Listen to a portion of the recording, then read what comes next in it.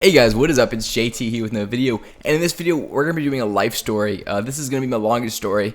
As you can see, I got the camera back. It is back. The lighting's a little off, but the camera is back. I got it back. This is actually a new camera I'm using, so I hope the quality is just as good, if not better, than my last camera. Hopefully.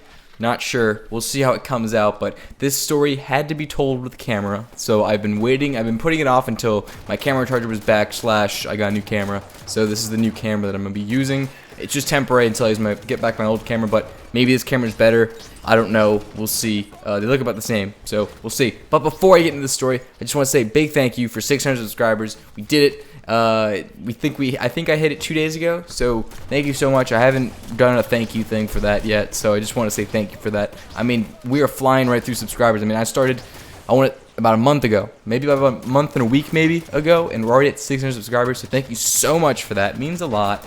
I guess road to 1,000 is ensuing. It's upon us right now, so I'm pretty excited. I'm gonna be stoked when I do 1,000. I don't even know. I'll plan something out for 1,000. I was supposed to do something for 500, but I didn't do it. Now it's too late, so we'll just wait for 1,000, and that's when we're gonna hit that video. But in this video, we're gonna be talking about but my military school sort of experience.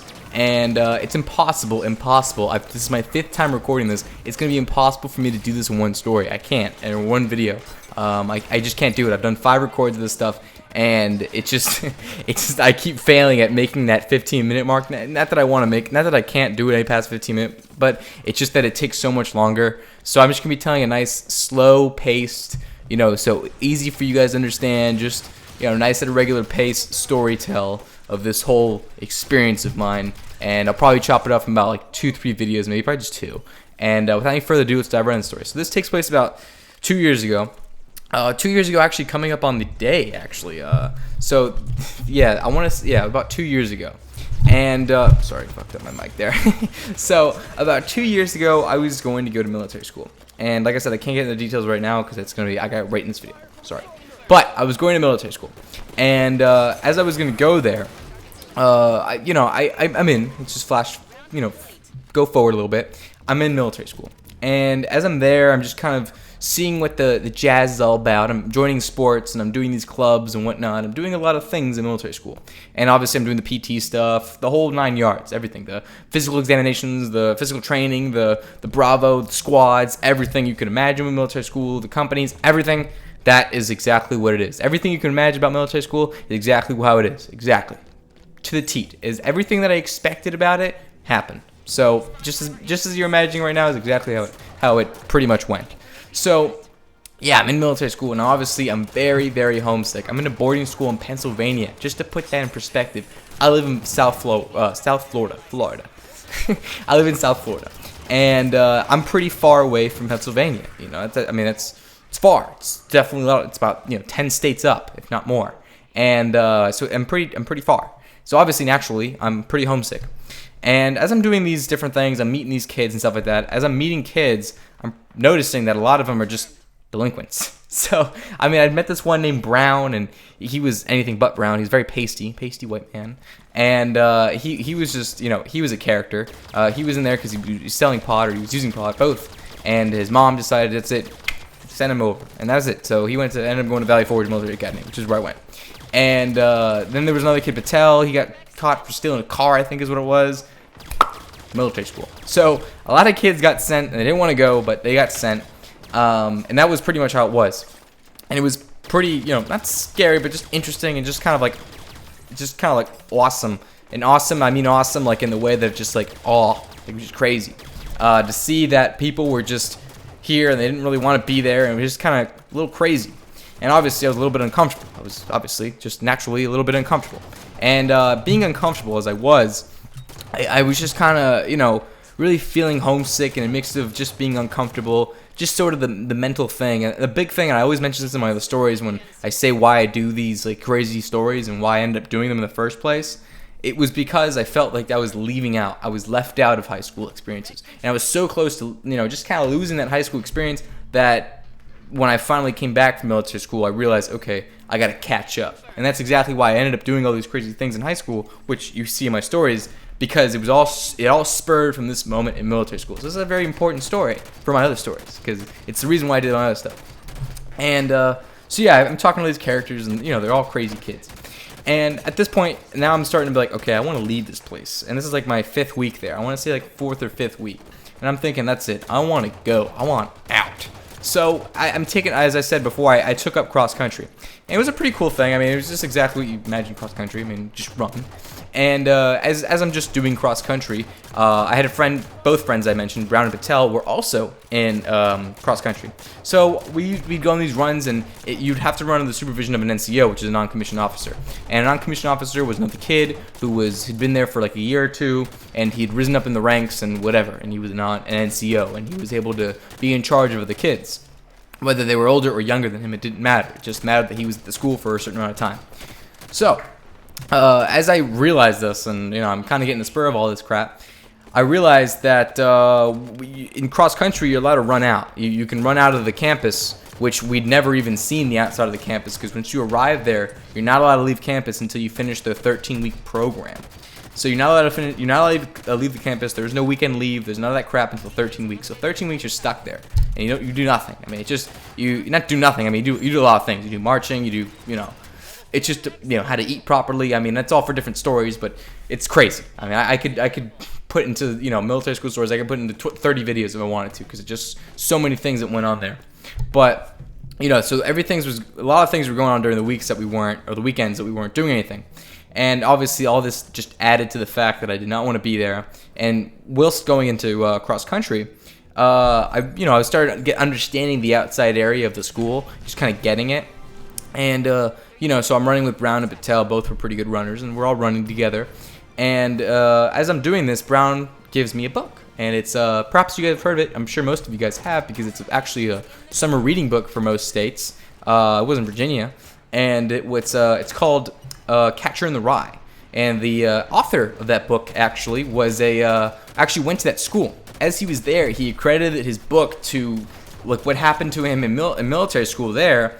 And as he credited the book, he wrote about a character, and it was loosely based on his experience there. So as he was writing all this crap, he ended up putting it in a book, and that's it. It's like it's like the Bible of Valley Forge Military Academy. So he gives me this book, and I'm reading it, and I read the back of it. And I'm not a big reader. I'm not an intellect. I'm not anything like that, as you can probably tell from my stories. I'm not. And so I'm reading this book, and he's just kind of explaining it to me. I didn't read through it. I just kind of had him explain it to me. I just skimmed through the book. It was pretty much about this kid who ran away from military school. Like I said, it was loosely based on his experience there. So that's kind of interesting. So, since this was based on his experience there, this kind of gave me an idea. I'm thinking about ideas here. And the idea was, well, wouldn't it be crazy if I ran? Wouldn't that be crazy? So now I'm playing with the idea. As we're actually running, I'm thinking about running away. So, I didn't just run away like that. That's not how it occurred. But how it occurred was, I had talked to Brown, and I talked to him for a little while. And as I was talking to him, I was like, you know what, dude? Let's run away. I'm going to run away. If you want, you can come with me. And he actually jumped at the idea at first. When it came time to boogie, he did not. So he didn't want to go. So I was like, oh, well, shit. If he's not going to go, I got to ask someone else. Patel was a kid who had actually run away a couple times. He did. And he'd only been gone for a couple hours at a time. And when he came back, he'd get in trouble. But he'd run away a few times trying to leave. He hated military school, probably more than I did. He hated it. And so I felt like he was actually probably the best person to go to, but I ended up going to him last. I went to him after Brown, and I talked to Patel about it, and he jumped on the idea. So he jumps in the idea.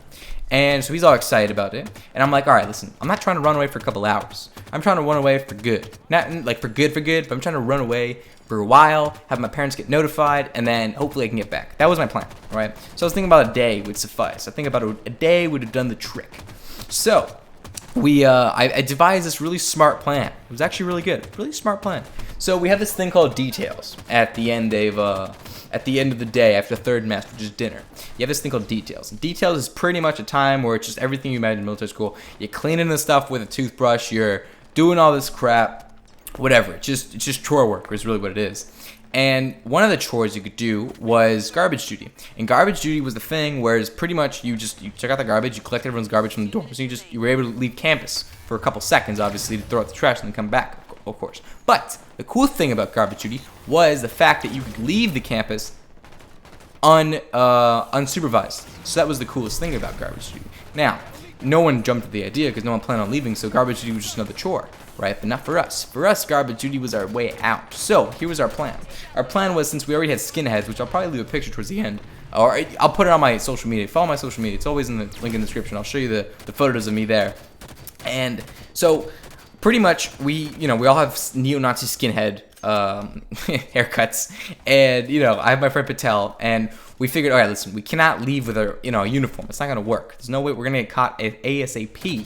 We're gonna get caught really quickly. Not ASAP. We're gonna get caught really quickly if we go out with our uniform. So I figured, let's just put a change of clothes, put it in a garbage bag. Here's the smart part.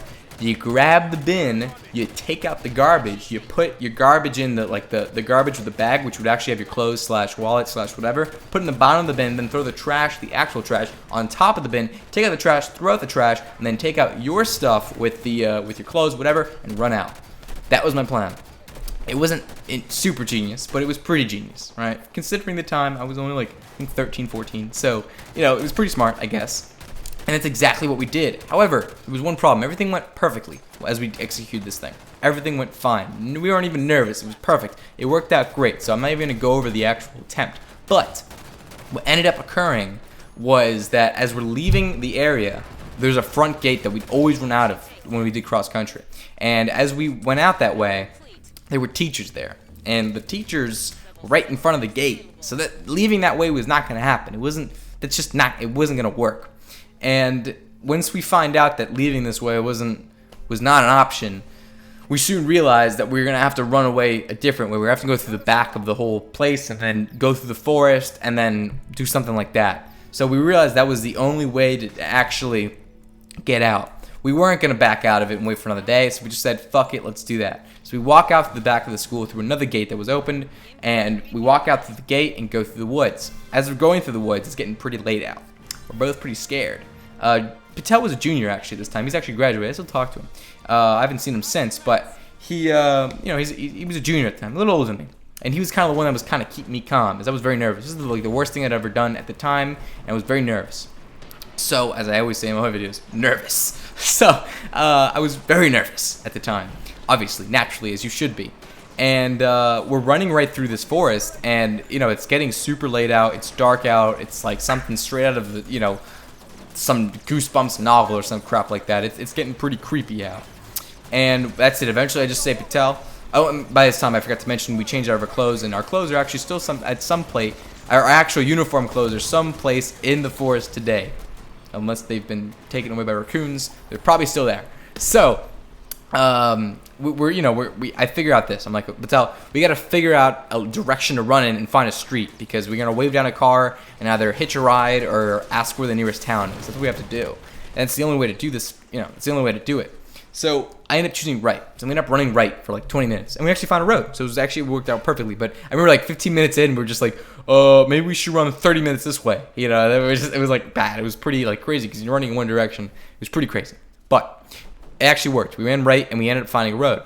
As we found this road, cars are coming by like every 20 minutes. Like one car would come by.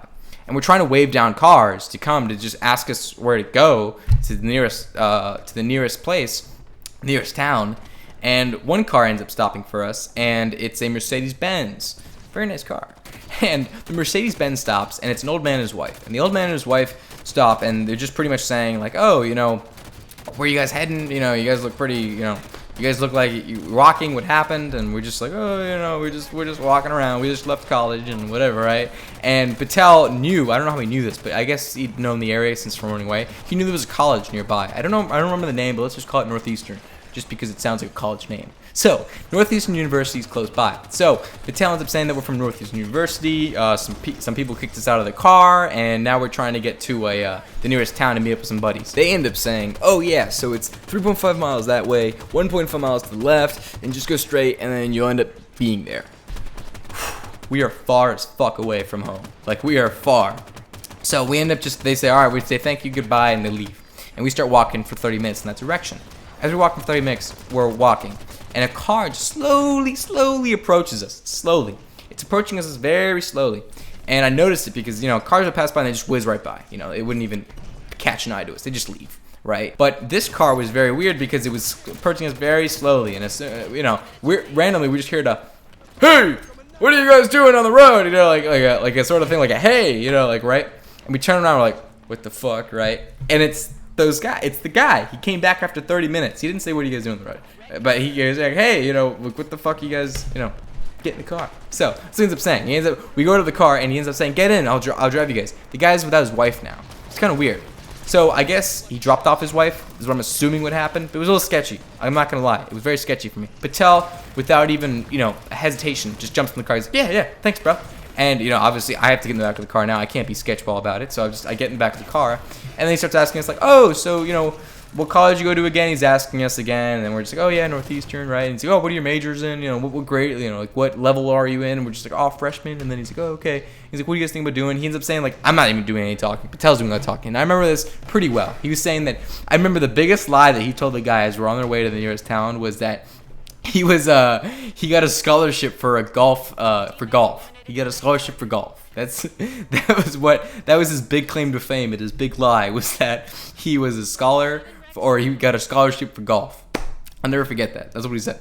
So we end up continuing on, and we end up making it to the town. And as we're in this town, we're just finding a place to sleep. We can't find any place. I mean, it is cold as shit out for me. I'm from Florida. I'm used to 89-degree weather. It's late September, and it's like, I want to say like high 50s, low 60s. For any of you guys that live anywhere but Florida, you're probably saying, hey, it's pretty freaking warm. But no, for me, it was actually pretty fucking cold. So I couldn't sleep anywhere. Patel couldn't sleep either. And we just ended up roaming the whole place around Wayne was actually the name of the city, in case you want to search it up. And that's actually where the military school is. So if you want to fact check me there, I'll show it right there. But yeah, so we're going around this place, and I can't find a place to sleep. It's too cold. And we end up going to a CVS, 24-hour CVS, because we can't sleep anywhere. We go to this 24-hour CVS, and we end up reading magazines on the aisle. And we're just sitting down on the aisle, just like super tired. It's like 3 o'clock in the morning. Mind you, we wake up every morning around 5:30, so it's crazy. You know, we'd been up for more than a day. Well, no, not more than a day, but coming on to a day now. And we'd been up for a long time, very fucking tired. And that was pretty much it. I mean, we fall asleep right on the aisle. And I remember just falling asleep right in his shoulder. And I did that. It looked really fucking gay, but whatever. I fell right asleep on him. And we get waken up. And the guy who works there, a CVS guy, wakes us up and he goes, you know, there's some chairs he looked like a stoner. He's like, there's some chairs in the back if you guys want to sleep over there. So we're like, oh, all right, thanks, dude. So we end up going to the back, and we end up, you know, dozing off. And he wakes up again, and a few hours later, it's around 6 o'clock now. He's like, dude, my shift's over. My boss is coming in. Sorry, guys, you got to go. So we're like, all right, cool. So we end up leaving. We're like, thank you very much, whatever. And he's like, oh, yeah, rough night, huh? And we're like, yeah, pretty fucking rough. So, you know, he gives us 2 waters, which is pretty nice. He gave us little two water bottles, and it was pretty nice of him. And, you know, we walk out, and that was, you know, at this point, we realized we needed to come back, and at this point, I'm probably getting the story for part 2. So, I hope you guys enjoyed the story so far. I'm really late on time. I mean, we're coming up on 20 minutes now, so I don't want to get too far into the story because, you know, I don't want to tell the whole thing in one sitting because it'd be just too long. But I hope you guys enjoyed the first part. I wanted to stuff as much as I could in just one little thing, so I hope you guys enjoyed the story thus far. I pretty much gave you the whole chunk of it. The wrap-up is pretty much what happened to me afterwards, and it should be a short video, so it shouldn't be too painful for you guys to watch the whole thing. But I hope you guys enjoyed. Leave a like if you did. Comment down if you guys want to hear more military school stories, because I have a lot of them, and this is like the most eventful one, but I have a fuck ton of them. But, you know, let me know down in the comments if you guys want to hear more of these stories. I'm glad I was able to put the camera up finally. Anyways, don't forget to subscribe, and as always, I'll see you guys in the next video, and especially for part 2. Peace. Ready to pop, drop top, fuck cops, and I'm never gonna stop. Cop drop in my mouth, cause I'm sick with the shit that I